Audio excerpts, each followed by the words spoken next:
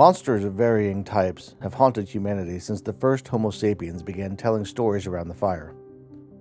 Beasts ranging from almost human-like to downright terrifying have stalked our nightmares, haunting villages, roaming the countryside, lurking under beds and in closets. Sometimes these creatures are based on something real, like the chupacabra in Latin America or the kraken that swam the unforgiving oceans of our ancestors. Often they are a product of misidentification, being seen in the corner of someone's eye or as a shadow in the darkness. Then there are those cases where human imagination meets the desire for profit. Whether the goal is to make money from unsuspecting onlookers or to pull the wool over the eyes of victims for a laugh, the end result is the same. One such story has its roots in the 19th century, where mysticism and superstition ruled the day. Charlatans were everywhere, and the best among them would carve out names that would echo into the present. P.T. Barnum, the Fox sisters, and George C. Parker are a few of the most famous examples, but there are many more. One lesser-known, mostly forgotten example was a man by the name of Eugene Shepard.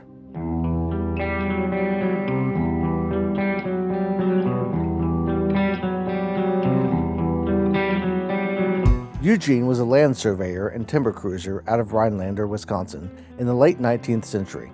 His job was to find out how much timber companies would be able to use for logging in specific areas. While he spent his days surveying timber claims, he was apparently known even more as a prankster.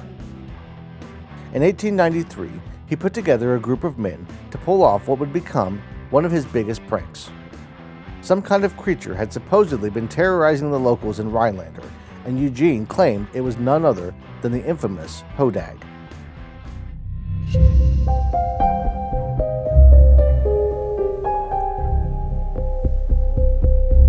Hodags were the stuff of legend, a story told around the campfire by lumberjacks after a long day of felling trees. The tales went back decades and often intertwined with stories of Paul Bunyan. At the time, oxen were used more often than not to assist in the work of moving lumber and equipment around. The Hodag itself was supposedly a former ox, transformed into a vicious beast, though the way this happened wasn't entirely clear. One version of the legend has an ox wandering off, getting lost in the woods, and somehow becoming a Hodag. But a more detailed version comes from a newspaper article in the November 15, 1929 edition of the Republican, based in Wauseon, Ohio. Once upon a time there was an ox which had an unusually hard life at the hands of his various drivers up in the north woods of Wisconsin. Among lumberjacks, it is believed that the hide of an ox is invulnerable to everything but the profanity of its drivers. When the animal dies, its customary burial ceremony is cremation, and it requires 7 years of continuous fire to reduce to ashes all the profanity which had accumulated in its body during its lifetime. So when this particular ox died, a brush fire was built around its body and kept going for 7 years to obliterate all the curses which had been heaped upon it in English, French, Irish, Scandinavian, and German while it had toiled in the lumber camps. At the end of the 7th year, the fire was allowed to die down, but instead of there being left no trace of the ox, out of the heap of ashes there rose, phoenix-like, a fearsome creature, such as pictured above, which exhaled an obnoxious odor, and the swish of whose tail made the earth tremble. The idea of the beast being born from such terrible mistreatment may have been a warning or a lesson. Before modern technology, a lot of the more difficult work carried out in lumber yards, mines, and other dangerous places was done with the assistance of beasts of burden like horses and oxen. The thought of one of these beasts returning after death to seek retribution, or having the stress of its life turn it into some kind of monster, would have been enough to make anyone think twice about how they were treating the animals that worked alongside them. After describing how the beast came to be, the same article dives into its grisly end at the hands of Mr. Shepard. For some time the monster preyed upon the lumber camps, its favorite food being beef on the hoof. Then, according to Lakeshore Kearney of Wausau, Wisconsin, an old-time lumberjack who has written a book on the Hodag, E.S. Shepard of Rhinelander, Wisconsin, another old-timer in the North Woods, succeeded in capturing it by digging a hidden pit in a trail which the Hodag was known to frequent, and luring the Hodag to it by having a young man of marathon fame and a noted ski jumper lead an ox along this trail with the Hodag in hot pursuit. After its capture, the Hodag was put to death, skinned, and mounted. This was the first supposed encounter Eugene had with the Hodag, but it wouldn't be the last.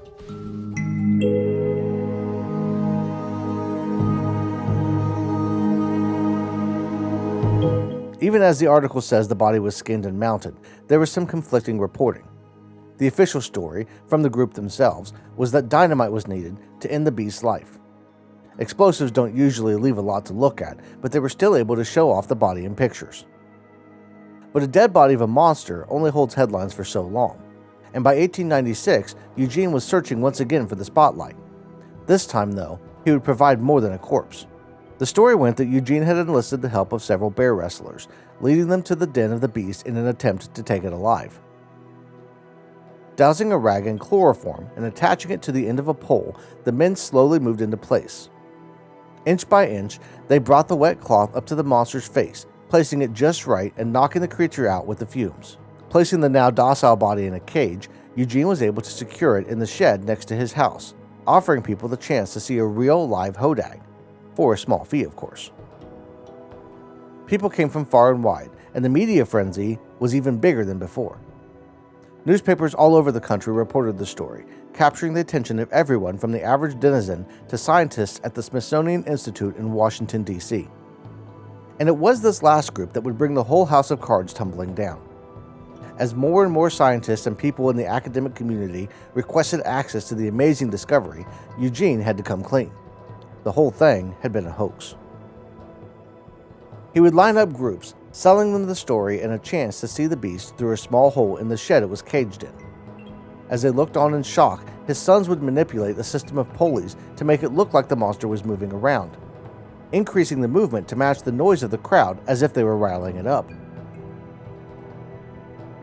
This had the result of keeping them tense and worried that too much noise would anger the creature enough to allow it to escape and claim them as its victims. Even as a hoax, the story became the stuff of legend. The town of Rhinelander, Wisconsin adopted the mythical being as an official mascot, even erecting a monument to it in front of their visitor center. Many businesses in town also bear some mention of the Hodag, and the legend has helped the town prosper in many ways over the years. Eugene Shepard would go on to operate a resort near Rhinelander until his death on March 26, 1923.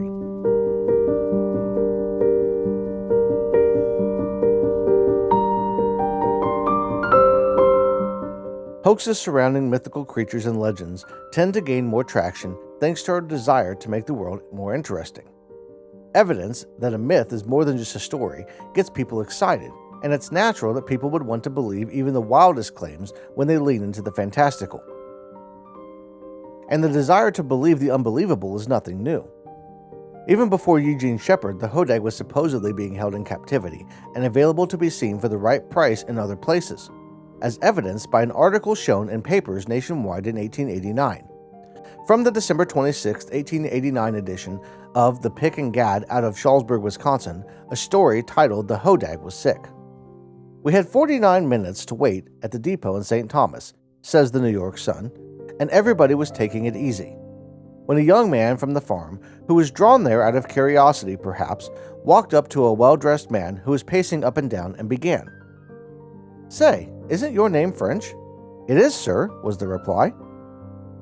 'You were running a show in Buffalo last March?' 'I was.' 'Price of admission was 25 cents? 'Exactly.' 'Well, I was there. I went in. You had a big sign out saying you had a Hodag on exhibition. Being as I had never seen one, I paid my quarter, but it was an infernal swindle. There was no Hodag there.' 'Ah, I remember. He was sick for a few days.' 'Well, I want that quarter back, or I'll take it out on your hide.' 'When I go to see a Hodag, the animal has got to be there, or the money comes back.' 'Quite right, my friend,' calmly explained the other. 'You happened to hit us when our Hodag was sick, but we gave you a far greater curiosity in his stead.' 'What was it?' 'The exit. Didn't you see him?' 'I saw a sign over a door, but I didn't see no animal.' 'Well, if you didn't open the door, it wasn't my fault. The exit was there to be seen, and everybody who saw him said he beat 4 Hodags rolled into one.' 'Is that so?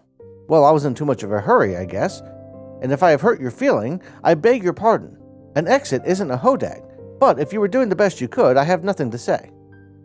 This lighthearted story is only an example, but it shows the mindset in place for those who set these hoaxes up, and many who fell for them. People wanted to believe, and even now still want to believe, that there is something magical or mythical out there to be captured. Even when the thing they were promised turns out to be a hoax, the next one is sure to be real. One more that I'll summarize rather than read verbatim comes from a story printed in 1892 in newspapers nationwide, detailing the journey of a very unlucky pig. The pig goes through several terrible incidents, like being kicked by a horse and getting caught in barbed wire, becoming horribly disfigured in the process. The family who owned the pig decided to sell it, getting a price that was well below market value, but still a fair deal for an animal that looked nothing like it should. Weeks later, they were in town for a 4th of July festival when they spotted a sign advertising a hodag being on display inside a tent.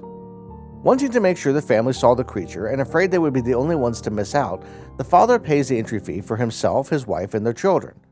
Walking into the tent, they find that the hodag was actually the disfigured pig they had sold to the merchant.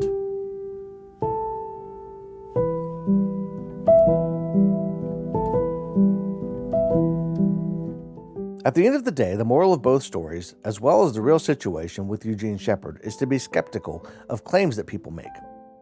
While some of the stories may be nothing more than a harmless prank, there are swindlers out there that are only in it for the money, and they'll make up anything to get it.